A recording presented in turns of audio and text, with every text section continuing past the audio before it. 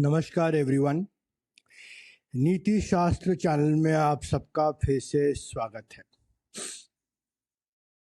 जैसे कि आप सब जानते हैं कि इजराइल और ईरान के बीच में आज सुबह युद्ध विराम राष्ट्रपति ट्रंप ने घोषित किया। अब ये जानना ज़रूरी है कि इसके पीछे खेल क्या है, क्योंकि हम लोगों ने कल कतर में ईरानियन स्ट्राइक्स देखी। कल बहुत तमाशा चला और बहुत सारी इन्फॉर्मेशन सामने आई। मैं इस पे ब्लॉग लिख चुका हूँ, मैंने ट्वीट भी बहुत सारे किए हैं, पर सोचा चलो आप लोगों के लिए एक छोटा सा एक और वीडियो इसके युद्ध विराम पे लाया जाए। अच्छा सुनिए, तो सिलसिला चालू होता है कि ईरान की जो एस्केलेशन है वो उसको रोकने के लिए राष्ट्रपति ट्रंप स्टीवन विटकॉफ को भेजते हैं ईरानियन से नेगोशिएट करने के लिए कि आप जाइए और जाके ईरान से न्यूक्लियर डील नेगोशिएट करिए। अब वहां पे होता ये है कि स्टीवन विटकॉफ और ईरानियंस कुछ मसौदे पे आते हैं। अब वो मसौदा क्या है, क्या वो अग्री करते हैं? ये एक मिडिल ईस्टर्न अखबार में रिपोर्ट हुआ है, जिसको मैंने अपने आर्टिकल में और अपने ब्लॉग पे भी कोट किया है। तो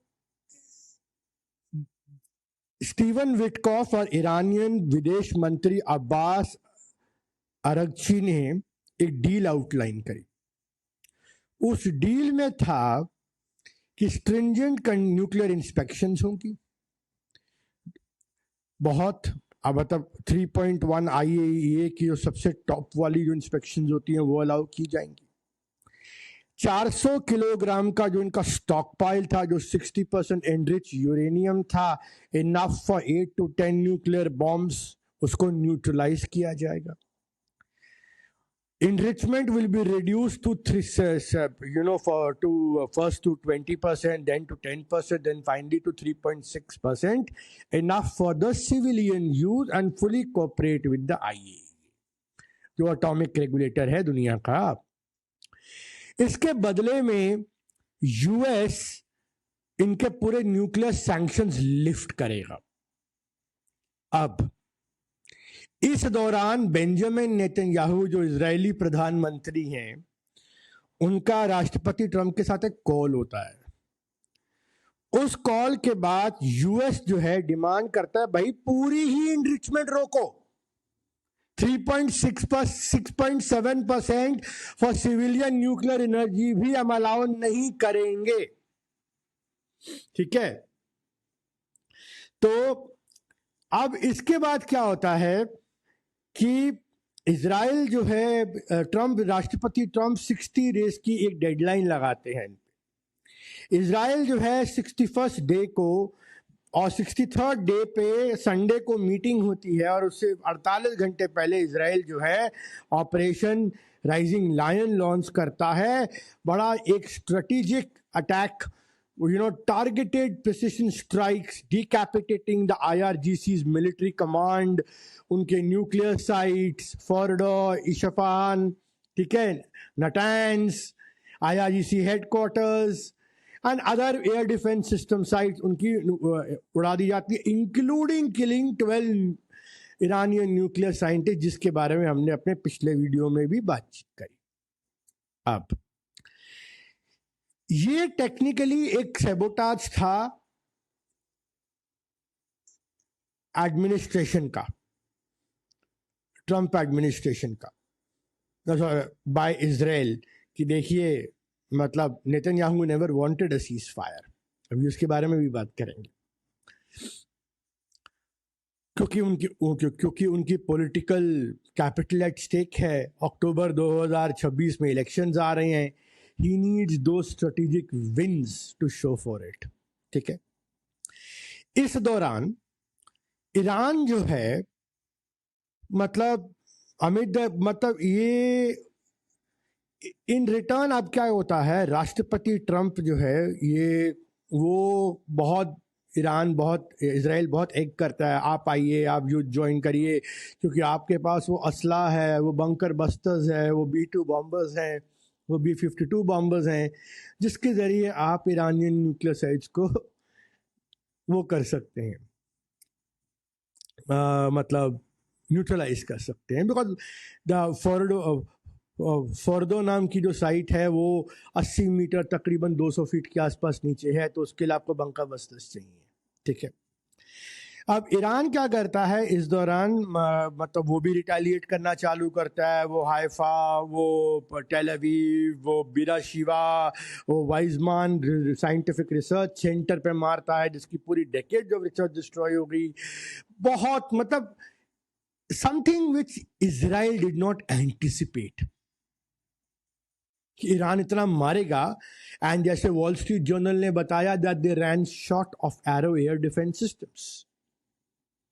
ठीक है, and America had to further fortify and to bail out Benjamin Netanyahu, America had to step in. भैया अपना एलाय मिडिल ईस्ट का इतना बड़ा गुंडा गुरगा जो भी आप बोल लो, ठीक है, वो मार खा रहा है, उसके यहाँ भी डैमेज हो रहा है, छोटी सी टेरिटरी है उसकी कंपेयर टू ईरान जो 75 गुना बड़ा है ऑलमोस्ट। तो कहीं उसकी डिफेंसेस ओवरवेल्म हो रही है ईरान के बैलिस्टिक मिसाइल से, तो फिर तो अमेरिका का लाजमी है मदद करना। तो उन्होंने मदद करी भी बेंजामिन नेतन्याहू की। उन्होंने अपने B-2 और B-2 बॉम्बर्स जो उन्होंने ऑपरेशन मिडनाइट जो उन्होंने लॉन्च किया, ठीक है, उसके ज़रिए उन्होंने ईरान पे हमला किया। जो इनके B-2 बॉम्बर्स अमेरिका से उड़े और वो अल्टीमेटली वो मिडनाइट हैमर, सॉरी, तो वो उड़े और वो उन्होंने अल्टीमेटली वहाँ पे डैमेज किया, मतलब उनके 3 साइट्स पे डैमेज किया। और अमेरिका ने limited precise operation on the nuclear sites किया। उन्होंने आगे एस्केलेट नहीं किया फॉर अ वाइडर कॉन्फ्लिक्ट, क्योंकि राष्ट्रपति ट्रंप वो चीज़ चाहते नहीं है। ठीक है, अब क्या होता है, राष्ट्रपति ट्रंप के हमले के with in few hours, may be hardly 24 hours के अंदर अंदर, ठीक है, ईरान रिटेलिएट करता है और वो यूएस बेसिस पे कतर पे मारता है 14 मिसाइल्स, 13 इंटरसेप्ट होती हैं और एक जो है खुले खड्ड में गिरती है।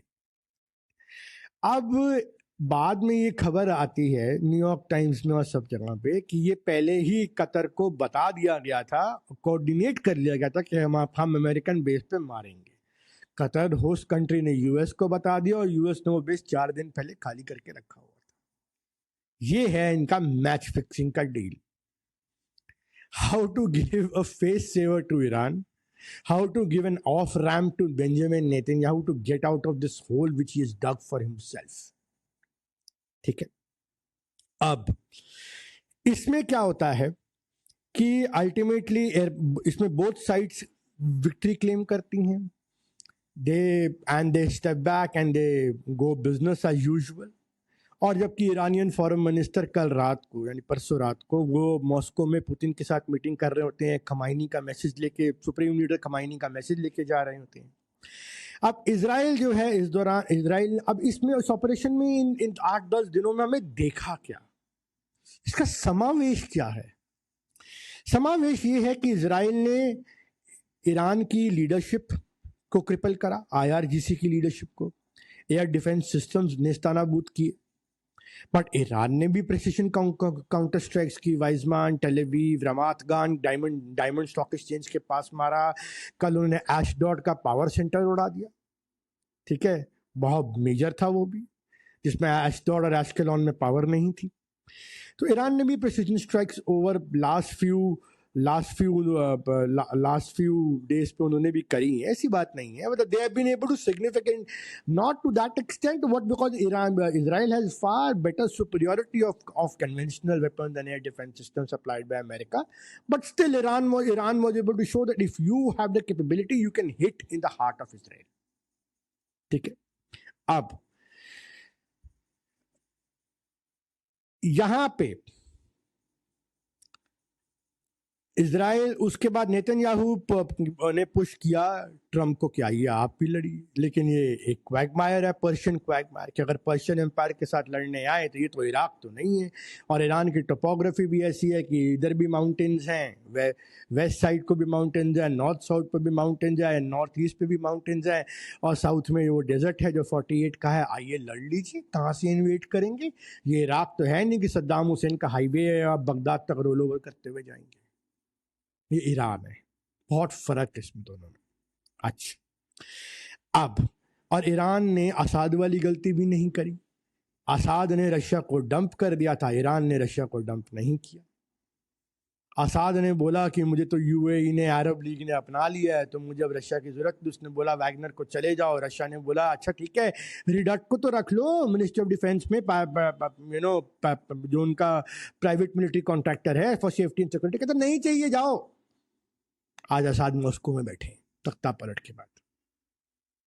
लेकिन ईरान ने वो गलती नहीं करी। Iran was in sync with Russia.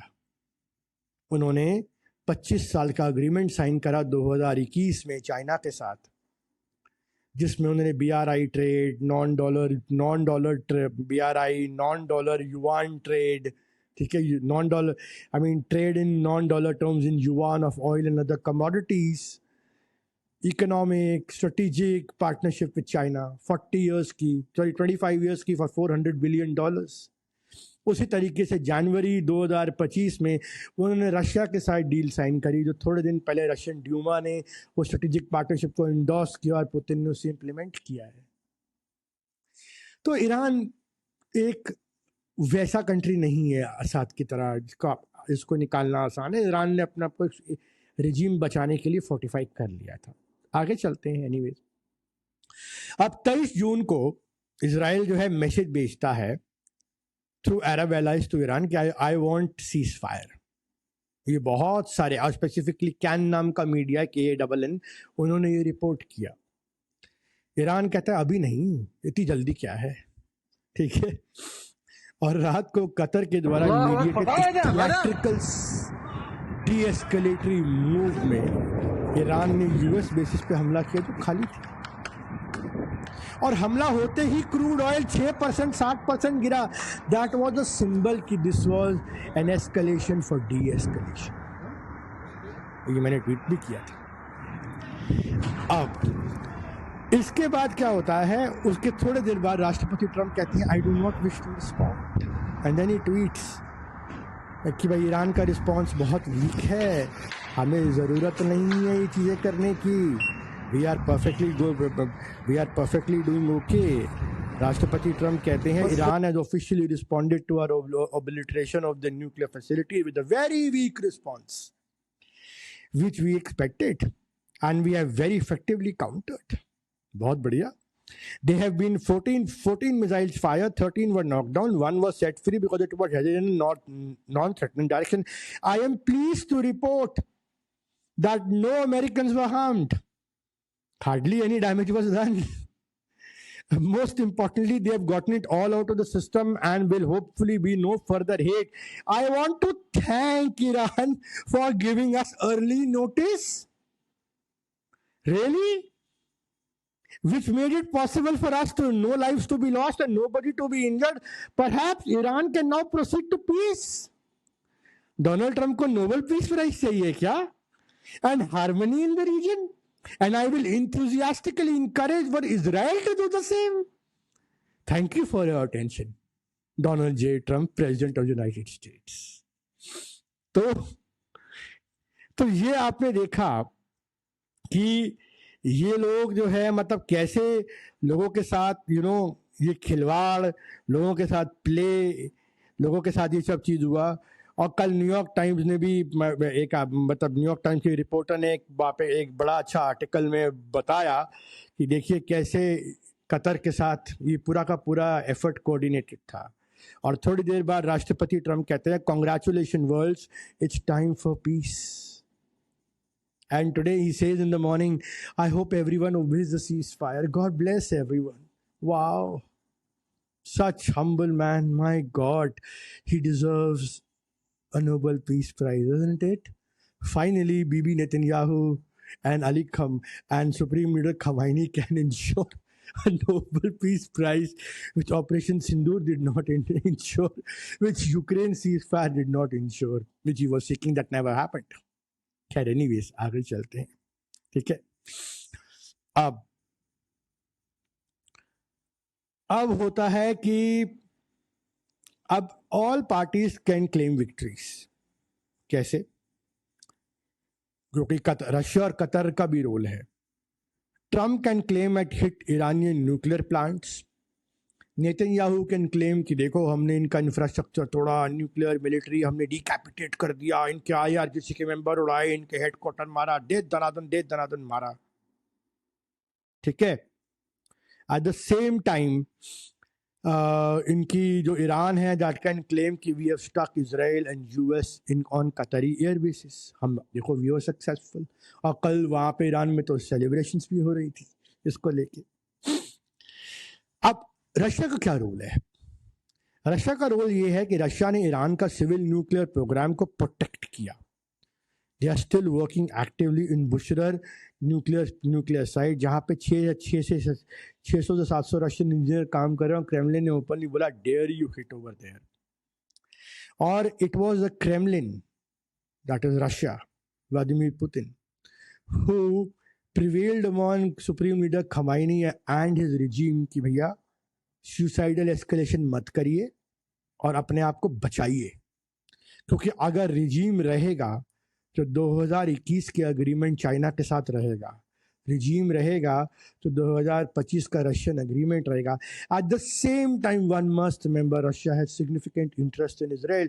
15% Russia की इजराइल की पॉपुलेशन रशियन स्पीकिंग ज्यूज हैं जो over the years Soviet union से माइग्रेट करे हैं, और उनका डायमंड ट्रेड में बहुत बड़ा स्टेक है रमात गान में, और डायमंड स्टॉक एक्सचेंज पे वहाँ पे तो ईरान ने हमला भी करा, तो इसीलिए व्लादिमीर पुतिन ने बोला भैया ठंडे हो जाओ, ज़्यादा मत उछलो, कहीं ये एक सुसाइड ना हो जाए।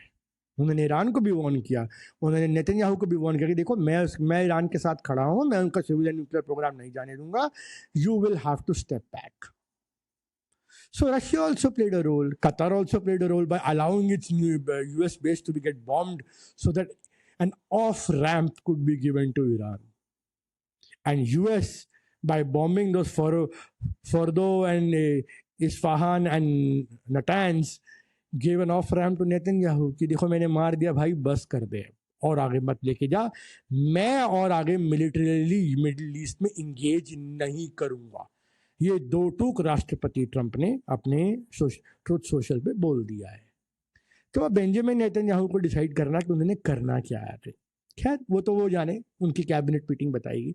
अभी तो फिलहाल उन्होंने जबरदस्ती मतलब बड़े रुखे मन से उन्होंने अपना लिए सीज़फायर, कर भी क्या सकते हैं, ठीक है। इतना ईरान ने भी मारा है, डैमेज वहाँ भी हुआ है, ईरान में भी डैमेज हुआ है। राष्ट्रपति ट्रंप और आगे जाने को तैयार नहीं है। 25 साल से नेतन्याहू ट्राई कर रहे हैं कि कोई ना कोई US प्रेसिडेंट इनके बिहाफ पे मिडल ईस्ट में लड़ाई लड़ ले, बट कोई लड़ने को तैयार नहीं था। डोनाल्ड ट्रंप ने भी लड़ाई नहीं लड़ी है मिडल ईस्ट में। उन्होंने एक सिंपलिसिटर, एक फेस सेवर दोनों साइड्स को दिया है कि भैया मार लिया, देख लिया, अब खत्म, बस बहुत हुआ। अब ईरान, आपको ये समझना पड़ेगा कि रशिया ने अपने इंटरेस्ट बताए, ईरान की एक सुसाइडल एस्केलेशन ईरान के लिए अवॉइड किया, ब्रिक्स का ऑलरेडी ईरान हिस्सा है, और वो ग्रेट गेम में जो स्ट्रेटेजिक ऑब्जेक्टिव था US और एंग्लो अमेरिकन पावर्स का, to actually get to stop Russians or the communist power to access to Persian Gulf, वो तो पूरा ही नहीं हो पाया। और अगर वो पूरा नहीं हो पाया, वो स्ट्रेटेजिक ऑब्जेक्टिव, वो 21 साल का अग्रीमेंट विद 2021 का agreement with China for 25 years, वो इंटैक्ट है। 20 साल का अग्रीमेंट रशिया के साथ जो जनवरी 2025 में साइन हुआ, वो इंटैक्ट है। सिविलियन न्यूक्लियर प्रोग्राम इंटैक्ट है, यहाँ तक कि 400 kilo uranium enriched up to 60%, जिससे 8 से 10 बॉम्ब बन सकते हैं, वो भी गायब है। और न्यूयॉर्क टाइम्स में अमेरिकन जो पेंटागन के लोग हैं, जेडी वांस कहते हैं, we don't, why do you want to bother about enrichment? Enrich uranium. Uranium is there everywhere. Really, Mr. Vance? America does not have any idea where that uranium went, enriched up to 60%, which can be used in making 8 to 10 nuclear bombs by Iran. ये आपकी intelligence है? ये आपकी strikes है?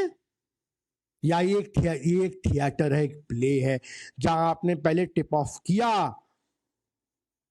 कि हम मारने वाले हैं, इतने दिनों से आप टिप ऑफ हम मारने वाले हैं, और अल्टीमेटली ईरान ने उस अर्ली वार्निंग सिस्टम का फायदा उठा के मैक्सर की सैटेलाइट्स और बाकी सैटेलाइट जो वीडियोस हैं वो दिखाती हैं कि किस तरह 18-19 तारीख के आसपास ट्रक्स फोर्दो के पास खड़े हुए थे, और जो है उन्होंने ना खाली इनरिच्ड यूरेनियम निकाला बट पूरी साइट्स को कंक्रीट से सील ऑफ किया इतने अच्छे तरीके से कि बंकर बस्टर्स का भी इंपैक्ट लिमिटेड हो। ये एक शो था आपके लिए, मेरे लिए, at the cost of innocent lives in that region which people lost, Iran में भी और इजराइल में भी। The public needs to understand कि ये खेल क्या है और ये क्यों चल रहा है। At your cost, at your lives, geopolitical games are being played. A theater is being orchestrated. Anyways, आगे चलते हैं। Iran today is no more neutral, मतलब जैसे 19 मतलब एंग्लो रशियन राइवलरी में ईरान न्यूट्रल रहा था क्वीन विक्टोरिया के दौरान 19वीं सेंचुरी में, कोल्ड वॉर में राहुल खोमेनी के दौरान आफ्टर द इरानियन रेवोल्यूशन ये लोग जो हैं वो रहे थे, मतलब न्यूट्रल रहे थे। They did not renew the agreement with Soviet union in 1980 because Soviet union debated, and today party और कम्युनिस्टों को तो CIA के द्वारा दी गई किल लिस्ट से उन्होंने उड़ाया था खोमेनी ने, और खोमेनी पेरिस में थे और वो एक ऐसे विला में रहते थे जहां पे American embassy in France was in communication, and Islam in Iran file कहती है कि 1963 से खोमेनी जो है वो टच में थे, पहले वाले राहुल खोमेनी। अब तो खैर सुप्रीम लीडर खमैनी है ना, खमैनी और खोमेनी में फर्क है। तो ये इतिहास के पन्नों में है। मैं पहले बहुत सारे वीडियो में बात कर चुका हूँ, आप लोग इससे आप जाके इसमें और आगे चाहें तो वेब पे रिसर्च भी कर सकते हैं। I will not hold your time on that. फिर इनका $9 ट्रेड जारी है युआन में, क्या वो रुका? नहीं रुका। ब्रिक्स प्लस अलायंस और सॉलिडिफाई हुआ। This is great news for India and the multipolar world. हमारे लिए a non-nuclear Iran with a civilian nuclear program with all the alliances intact, with the regime intact, is fabulous news। और इसमें पाकिस्तान जो उनका मुनीर जिन्होंने collaborate किया है Donald Trump के साथ, उनको जवाबदेही तो देनी पड़ेगी। वो तो ईरान भी पूछेगा कि भाई आपने क्यों अमेरिकन का साथ दिया, क्यों इंटेलिजेंस टिप ऑफ दिए IRGC कमांडर्स के, ये तो दिए गए हैं। जनरल मुनीर कहाँ तक भागेंगे? अफगानिस्तान में पश्तून जिसके पीछे पड़े हुए हैं, या अब ईरानियंस पीछे पड़ेंगे, और ये क्रिप्टो के जरिए अब अमेरिका यहाँ से जिहादी चाइना को टारगेट कराएगा, और फिर देखिए पाकिस्तान का क्या हाल होता है। आगे देखिए, या ये इन्होंने यही चीज़ 1980 में भी सोची थी कि अफगान जिहाद में अमेरिका के सर पे नाचेंगे, और उसके बाद अब हिंदुस्तान को जिहाद के जरिए ब्लैकमेल करेंगे। आज ये फिर वही उसी गलत फहमी में है, और ये फिर उसी मुंह की खाने वाले हैं। आप देखते जाइएगा आगे। राष्ट्रपति ट्रंप ने ये सीज़फायर क्यों करवाया?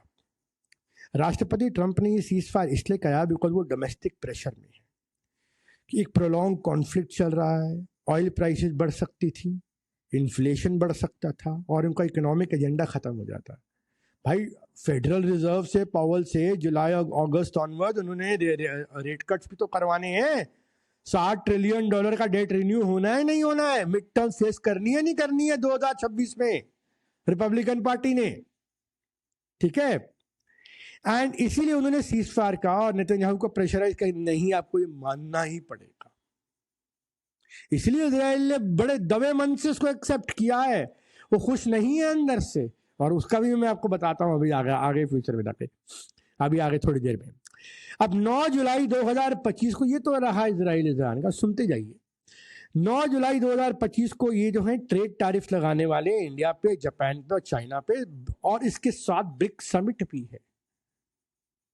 और जब ये ईरान इराक का ये ईरान इजराइल का ड्रामा चल रहा था पूरा, एक थिएट्रिकल प्ले, मतलब कहने की बात यह है कि इजराइल और ईरान के बीच में जो युद्ध था वो ऑर्गेनिक था, लेकिन अमेरिका के एंट्री के बाद जो भी हुआ है वो सारा थिएटर था डी एस्केलेशन के लिए, to defuse it, to control.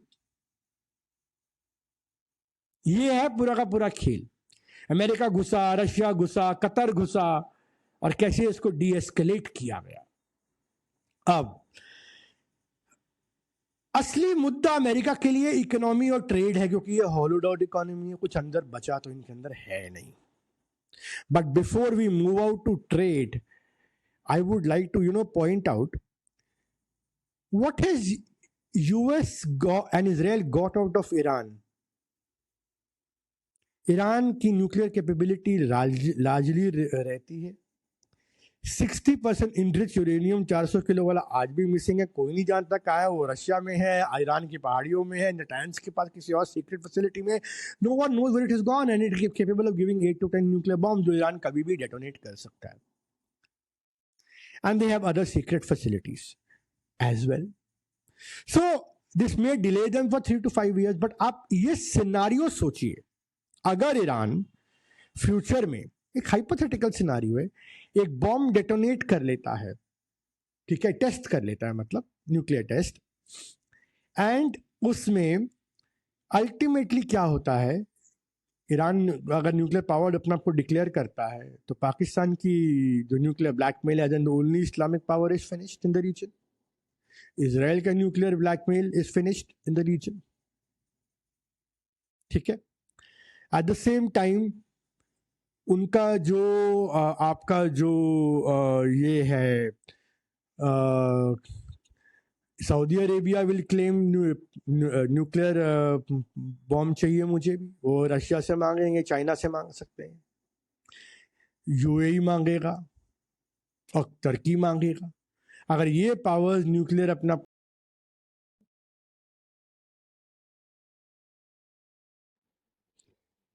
तो जैसा कि आप लोगों ने देखा कि अगर ईरान ये न्यूक्लियर बॉम्ब एक्वायर करता है तो सऊदी भी मानेगा, कतर भी मानेगा, टर्की भी मान सकता है, और बहुत सारे मिडिल ईस्टर्न एलाइज भी मान सकते हैं। और अगर इन पावर्स ने इनसे मांगा तो बात यह आती है कि क्या एक न्यूक्लियर डेटरेंट आने के बाद पूरे रीजन में अमेरिका की सिक्योरिटी गारंटीज की जरूरत पड़ेगी? मतलब why does Saudi Arabia need US guarantees अगर उनके पास न्यूक्लियर वेपन आ गया? पाकिस्तान का ब्लैकमेल खत्म, इजराइल का ब्लैकमेल खत्म, तो अब आप समझ सकते हैं कि एक ईरान के न्यूक्लियर डेटोनेशन से कितना फर्क आ सकता है। पूरी यूएस हेजीमनी, इंपीरियलिज्म, पूरा पेट्रो डॉलर खतरे में पड़ सकता है। इसीलिए राष्ट्रपति ट्रंप कल झन्नाए डिमित्री मेडवेदेव, जो पुतिन के राइट हैंड मैन है, जो पास में राष्ट्रपति रहे हैं उन सेंट पीटर्सबर्ग के से आते हैं और राष्ट्रपति पुतिन के बहुत अच्छे दोस्त है, जब उन्होंने कहा अगर हम नहीं देंगे तो कोई और पावर दे देगी। एंड राष्ट्रपति ट्रम्प झन्ना है कि that is an direct affront to the dollar, petro dollar supremacy. एक ही तो सिस्टम पे यूएस का पूरा सिस्टम चल रहा है, ठीक है। अब इस पे हम देखते हैं इजराइल का रिएक्शन क्या है। इजराइल ने सीज फायर तो एक्सेप्ट कर लिए, भाई कोई और मुद्दा भी नहीं है, लेकिन उनके फॉर्मर इजरायली डिफेंस मिनिस्टर जो लाइबरमैन है वो कहते हैं, I quote and I read, despite Israel's military and intelligence success the ending is bitter. क्यों भाई, क्यों बिटर है आपके लिए? Instead of unconditional surrender by Iran, we are entering a tough talk with a regime that won't stop enrichment of uranium, building missiles और funding terror. जी बिल्कुल, यही तो हम कह रहे हैं. अगर आप न्यूट्रल एस्पेक्ट से देखेंगे, आप खाली इजरायली एस्पेक्ट से नहीं देखेंगे, आप इजरायली चश्मा उतार के देखेंगे, आपको समझ में आएगा रियलिटी क्या है. आप वो थिंक टैंक्स और उन चीजों के जो एनालिसिस है जो उन्होंने देने हैं, वो किसी एक पर्टिकुलर व्यू पॉइंट से आते हैं, उनको आप इग्नोर करिए. And he says, from the start I had warned there is nothing more dangerous than a wounded lion. कौन है wounded lion? आपने तो ऑपरेशन लायन लॉन्च किया था ना, ईरान को लायन बोल रहे हैं. बहुत बढ़िया. A ceasefire without a clear deal will only bring another war in 2 to 3 years under worse condition. Exactly the point, which is why I say no one है. मैंने पिछले वीडियो में भी बोला और मैं इस वीडियो में बोला, no one has emerged winner out of this. Iran has survived, regime has survived, those agreements between Russia and China has survived, non-dollar trade has survived in yuan, BRIC Plus has survived. It's great news for India, China and Russia, and a bad news for Israel. राष्ट्रपति Trump ने अपना commercial economic interest देखा, America first देखा, उन्होंने Israel first नहीं देखा है. He intervened on behalf of Israel to give an off ramp, to give a escape route to Netanyahu, who was trapped, where Israel was also getting hit, and there was no clear solution to it because Russia ने अपना support Iran के पीछे डाल दिया था. So this is how this conflict has ended in a stalemate. But कहानी यहाँ खत्म नहीं होती है, कहानी अभी आगे चलेगी. कहानी आगे इसलिए चलेगी क्योंकि 9 जुलाई को आ रहे हैं टैरिफ्स. राष्ट्रपति ट्रंप का इकोनॉमिक एजेंडा फोरफ्रंट पे आने वाला, जो उनका सोर्स है, और वो करने वाले हैं कि भैया इंडिया ने मना कर दिया कि हम एग्रीकल्चर में जीएमओ फूड्स को लेके soybean imports, GM corn imports हम नहीं करेंगे यूएस से. हम डेटा लोकलाइजेशन के नॉन ट्रेड बैरियर्स नहीं हटाएंगे. यहां तक कि जापान ने 2+2 की मीटिंग जो अमेरिकन डिफेंस मिनिस्टर के साथ और पीटर हेगसेट डिफेंस सेक्रेटरी और मार्को रूबियो के साथ, वो भी कैंसिल कर दी और वो नेटो समिट में भी नहीं जा रहे. और फोर्ड मोटर्स बोल रहा है कि अभी भी हमें दिक्कत हो रही है रेयर अर्थ मिनरल्स के लिए और मैग्नेट्स के लिए ऑटो सेक्टर पे. ये तो, और हमारे एनएसए डोवल बीजिंग में हैं, राजनाथ सिंह एससीओ कॉन्फ्रेंस के लिए बीजिंग में है और कैलाश मानसरोवर यात्रा चालू हो चुकी है. वाजपेयी जी का एक कथन हमें याद करना चाहिए, we can change our friends but we can not change our neighbours. We must keep that prospect in mind. ठीक है. अब ये पूरा का पूरा जो हुआ 8-10 दिन में, क्या इससे अमेरिका स्ट्रांग निकला? अमेरिका ने अपने आप को बचाया है.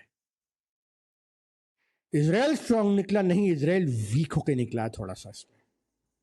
Yes, they have air superiority over Iran now established. They can hit Iran at will any time Iran decides to do anything, any other nonsense. But उसका retaliation भी आएगा. बैलिस्टिक मिसाइल टेल अवीव में, रमाट गान में, बेराशिवा में और अलग अलग जगहों पे गिरेंगी. अनहार्म नहीं जाएगा. ये हिजबुल्लाह नहीं है, ये हमास नहीं है, ये ईरान है. ये फर्क है. और आतंकवाद के 2 मापदंड नहीं होने चाहिए अमेरिका के लिए. IRGC स्पॉन्सर्ड टेरर आपके लिए टेरर है, लेकिन पाकिस्तान का टेरर आपके लिए टेरर नहीं है, और वो फिनोमिनल लोग हैं राष्ट्र. और अहमद अल शरा को सीरिया में एक जिहादिस्ट को आपने राष्ट्रपति डिक्लेयर करा दिया है और आप कह रहे बड़ा हैंडसम आदमी है. ये आपके जो डीलिंग है ना, ये डबल टॉक, ये हिपोक्रेसी, यही कारण बनेगी अमेरिका और उसके एलाइज के लिए दुख दर्द का कारण. और एक चीज और बता दूं, यूरोपियन से बड़ा हिपोक्रेट इस पूरे खेल में कोई नहीं है. यूक्रेन वॉर में ट्रंप का रीसेट को उड़ाने वाले, सीजफायर डील्स उड़ाने वाले यूरोपियंस खुद हैं।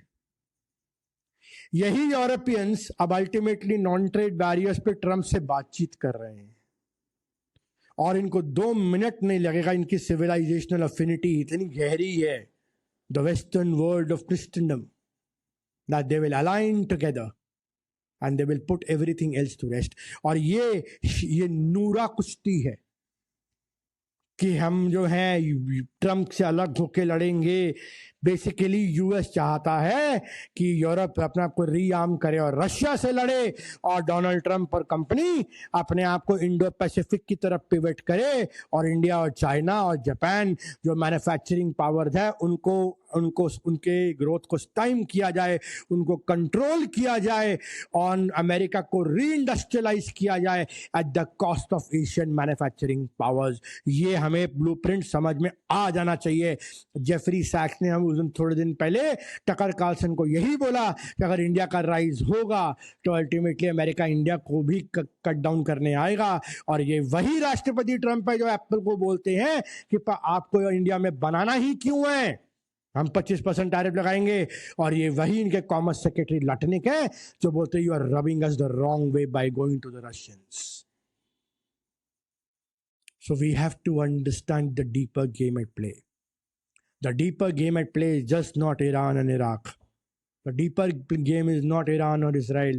The deeper game is a rise of civilizational powers in the eastern bloc of Asia, where India, where China, where Japan, where Iran, where Russia, they all are rekindling their civilizational ethos. उनको उनकी civilisational memory है।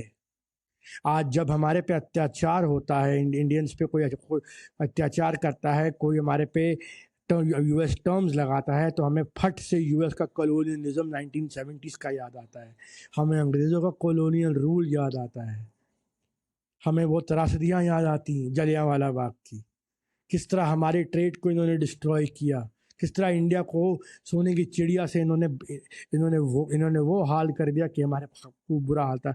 आज India फिर एक महाशक्ति की ओर पर अग्रसर है, चौथी लार्जेस्ट इकोनॉमी बनके, और बहुत जल्दी तीसरी लार्जेस्ट इकोनॉमी होगी। With 1.4 billion people, this country can not be side stepped and discounted for. And eight the same time जब चाइना पे वो लोग लगाते हैं तो उनको अपना सेंचुरी ऑफ शेम याद आता है। जब रशिया को आइसोलेट करते हैं तो रशिया को इंपीरियल रशिया का वो मैसेकर याद आता है, जब रॉयल फैमिली को बोल्शेविक्स ने जो न्यूयॉर्क से आए थे through a train in Switzerland Lenin, उन्होंने मैसेकर किया था।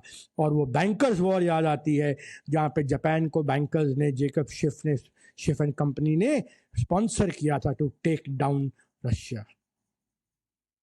हमें ये चीज़ नहीं भूलनी चाहिए। जापान को जब ये टारगेट करते हैं तो जापान को अपना प्लाजा अकॉर्ड और अपनी वो 20 साल गवाए हुए याद आते हैं जो उन्होंने बड़ी मुश्किल से बिताया, और आज उनकी इकोनॉमी फिर रिकवर करी है।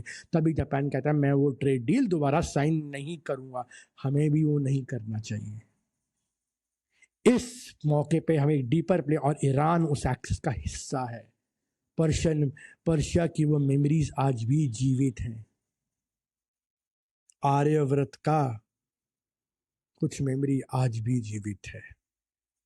आज भी यह वही भूमि है जहां से एम्पायर्स फिर खड़े हो सकते हैं, और अमेरिकन एम्पायर को यही खतरा है कि कहीं ईस्ट में एक ऐसा अलायंस ना बन जाए, एक ऐसा गठजोड़ ना बन जाए जो आगे जाके 10-20 साल में डॉलर को चैलेंज करे। इसीलिए राष्ट्रपति ट्रंप और उनका डीप स्टेट पुरजोर कोशिश करेंगे इन पावर्स को टेक डाउन करने की, यूरोपियंस को कोऑप्ट करने की, बिकॉज वो उनके क्रिस्टियन पार्टनर्स हैं, सिविलाइजेशनल पार्टनर्स हैं। So we have to understand the larger game at play over here. And do not get trapped. For Indians, neither the Israelis nor the Iranians hold any special leverage. Iran के साथ हमारे पुराने ties है, civilisational ties हैं। फारसी में तो गुरु गोविंद सिंह ने भी लिखा था, जहाँ तक मुझे आइडिया है थोड़ा बहुत। और at the same time British India का बॉर्डर अब पर्शिया के साथ जुड़ता था. We had sages who travelled across Persia and across to Middle East. Guru Nanak जैसे एक हमारे गुरु नानक एक सेज थे जो गए थे. So we have had philosophers, we have had such influence, trade across the region between these two geographies when British India touched the boundaries of Persia. At the same time, we have strategic ties with Iran in Chabad, North-South Transport Corridor, Afghan access, Persian Gulf, oil. और साथ साथ में हमारे Israel के साथ भी ties हैं. हमने इजराइल के साथ जूइश स्टेट को, जूइश लोगों का इंडिया में बिल्कुल परसिक्यूशन नहीं हुआ है. It's one state where they are not been persecuted, they are not targeted, they are not hated. And we should not even. ये इंडिया है, हमारी सिविलाइजेशनल वैल्यूज और इथोस अलग है. And eight the same time हमारे उनके साथ strategic tie ups हैं, चाहे वो करगिल वॉर हो, चाहे वो एवियोनिक्स हो, चाहे वो वॉरफेयर हो, चाहे वो बराक 8 हो, चाहे वो ऑपरेशन सिंदूर में हायर ऑफ ड्रोन्स हो, इजराइल ने हमारी मदद करी है.